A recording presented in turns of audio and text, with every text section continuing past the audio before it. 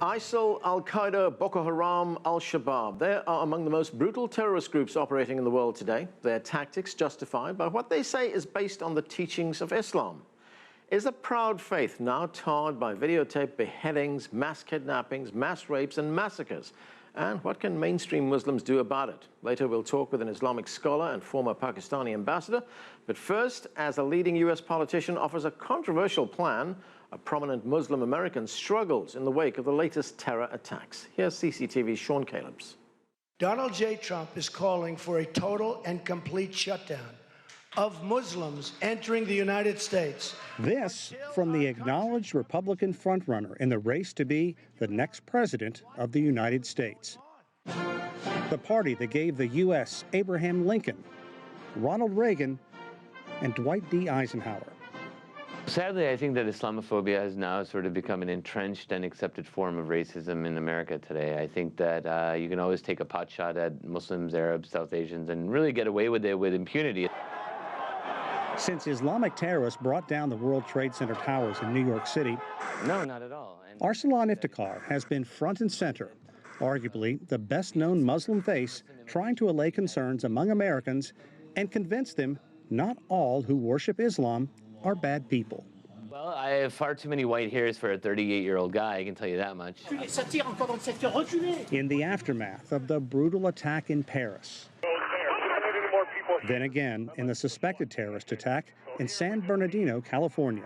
What we try to tell people is that groups like ISIS are about as Islamic as the Ku Klux Klan is Christian. Sadly, there is literally no demographic group on the face of the earth today that is placed with more collective guilt for the acts of a fringe than Muslims around the world.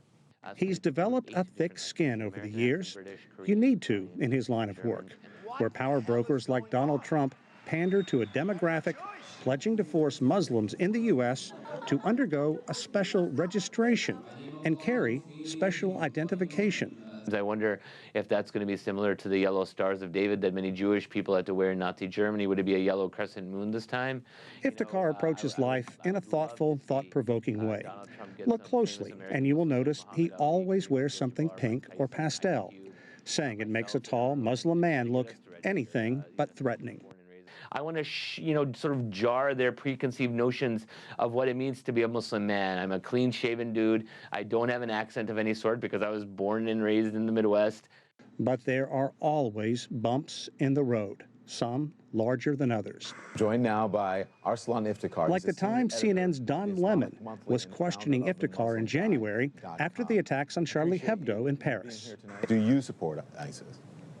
Wait, did you just ask if I support ISIS? Don, I just answered your question. So just think about it this way. Don Lemon asked a Muslim human rights lawyer if he supported an organization which violates human rights every day. It's the moral equivalent of asking a white guy, do you support the Ku Klux Klan? It was the dumbest, most tone-deaf, racist question that he could have asked.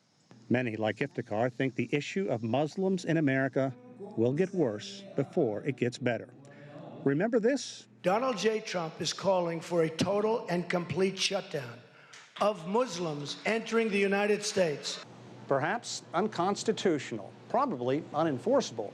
But consider this. A recent poll shows that nearly 2/3 of likely Republican voters support Trump's idea. Sean Caleb, CCTV in Washington.